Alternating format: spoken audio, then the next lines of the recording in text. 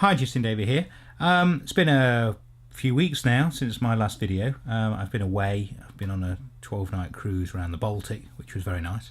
I took the Sony A7S on holiday with me, primarily for photographs. I thought, you know, why take my 550D?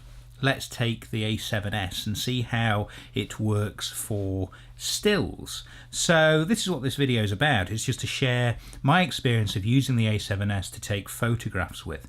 I haven't got any Sony glass at all. I'm using the Comlight adapter, so throughout the holiday I didn't use autofocus once. Now I thought that would cause problems.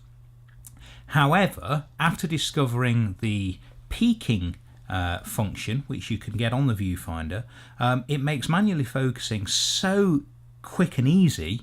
I didn't actually need to play with autofocus one bit. So I just thought I'd show you some stills which I've taken with the camera, and how I achieved them and what lens I used, in case you're thinking, actually, is the Sony A7S as good for photographs as an SLR? So the downsides first. Obviously, with a Comlight adapter, the autofocus is pretty useless, and I'm finding that with any lens that I've got, it's at least a second to autofocus, probably even longer. I have got an A7S video with the Takina 1116 just to demonstrate the autofocus speed, so do check that out if you haven't done so yet.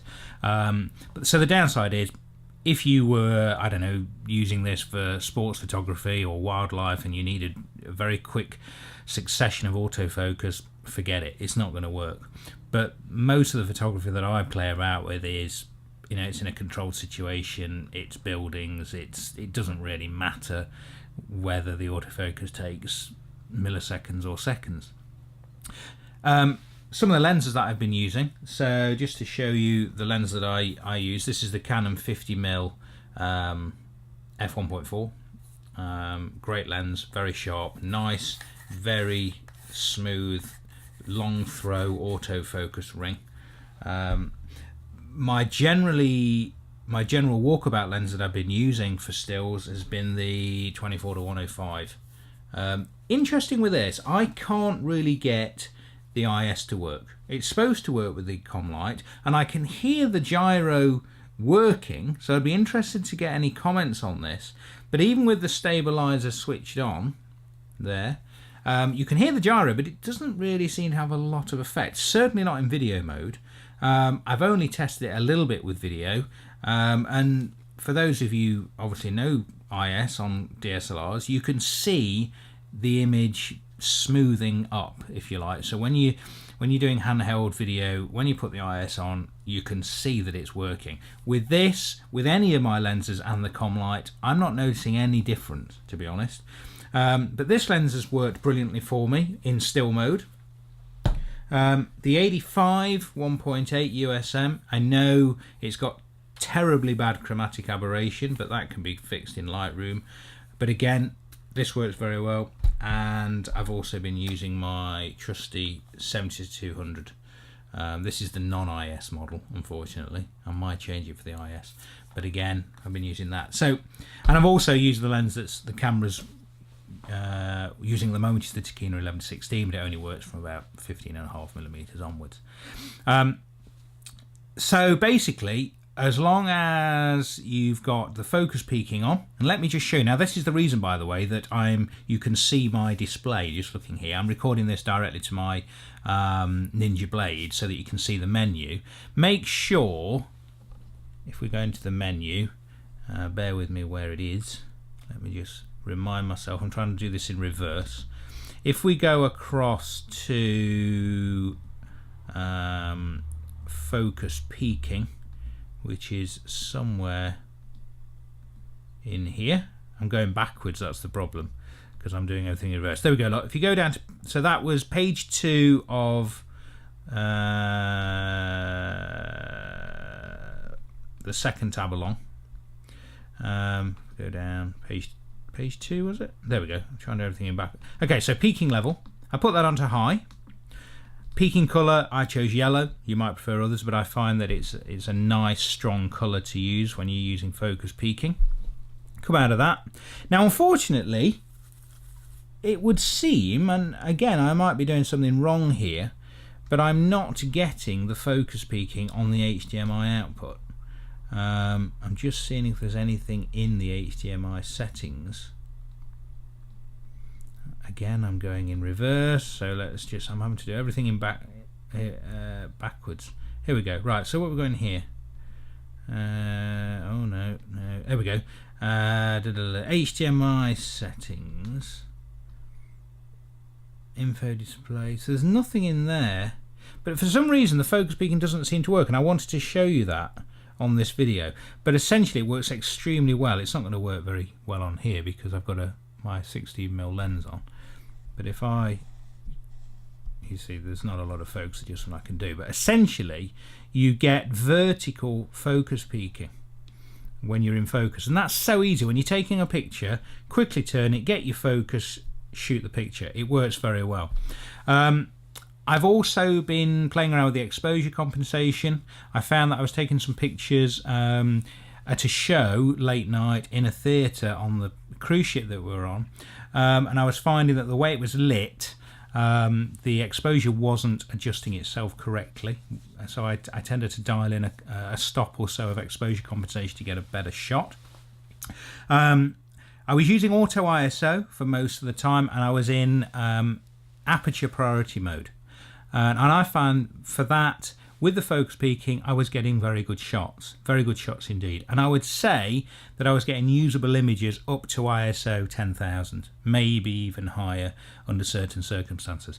Oh, actually, and I'll show you some other pictures I've got. I actually took the camera with just with the 50mm lens on. I took that to the Harry Potter Museum in Watford about a month ago, and I'll show you some really good pictures. If anyone's been, when you come to the end of the tour, there's the massive Hogwarts model. It's huge. It must be 50 foot square, maybe a little bit less, and that's lit in a variety of ways, and the light's constantly changing, but it's not particularly high level, so I was able to get some cracking shots of that, incredibly sharp, with the 50mm lens, with focus peaking, using the A7S. So all I would say is my personal settings: aperture priority. Make sure you play around with exposure compensation. That works very well under certain circumstances. Auto ISO works well most of the time. The only time you might want to change from auto ISO, I've found, is certainly with this lens. The camera will tend to choose a shutter speed a little bit low for handheld, I've found. So say you're at 200mm, obviously the camera's going to try and choose a 200th of a second shutter speed, and I found certainly in low light situations that wasn't fast enough, and I was getting a lot of camera blur. So I would then take it off auto ISO and dial in a manual ISO setting, just so that the camera will choose a higher shutter speed for handheld shots. But generally, focus peaking, auto ISO, exposure compensation works extremely well, and because it's a full frame sensor, most of the time I was walking around with the trusty 24-105. It's only f4, but that's not such a problem because we've got such great low light capabilities on the camera. So I'll nip over to Lightroom now and do a few screen grabs and just show you some of the fantastic images that I got using the A7S. Okay, so thanks for watching. Please share, please like, please subscribe.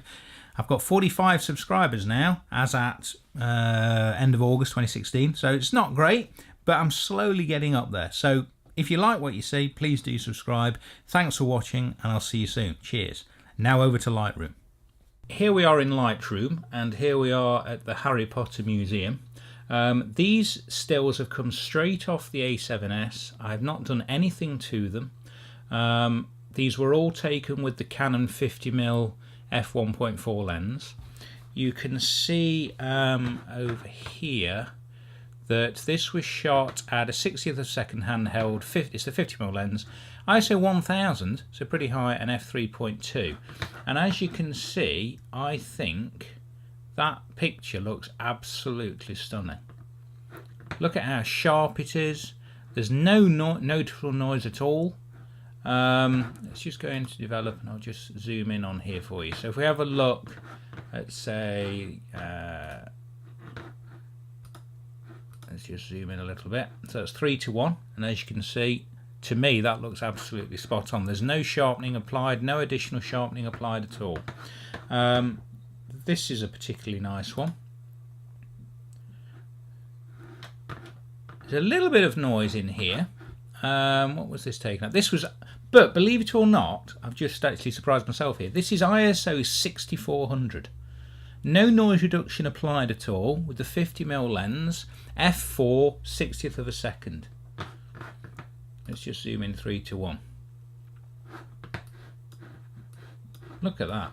I mean, yes, there's obviously some noise, but we're really pixel watching here. But look how sharp it is, and this was manually focused using the focus peaking control.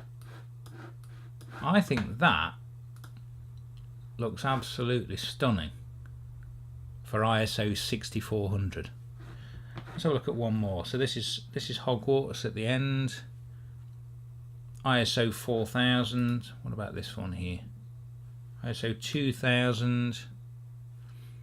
ISO 2500 with the 50mm lens, and this was f4. Look at that. Let's just zoom in a little bit. Look at that. Now obviously it's pixely because I've gone at 3:1, but so sharp. So sharp. Minimal noise. Absolutely blown away by the quality that the photographs that you can get. Like I say, total manually focused. There's a good one. The bridge. Now that was ISO 5000. So yes, there's a little bit of noise in the shadow areas, but it's very nicely controlled. But look at the detail. I think that's fantastic. I hope that was useful. I hope that might inspire you to try taking some photographs with the A7S if you haven't already done so. This is all Canon glass.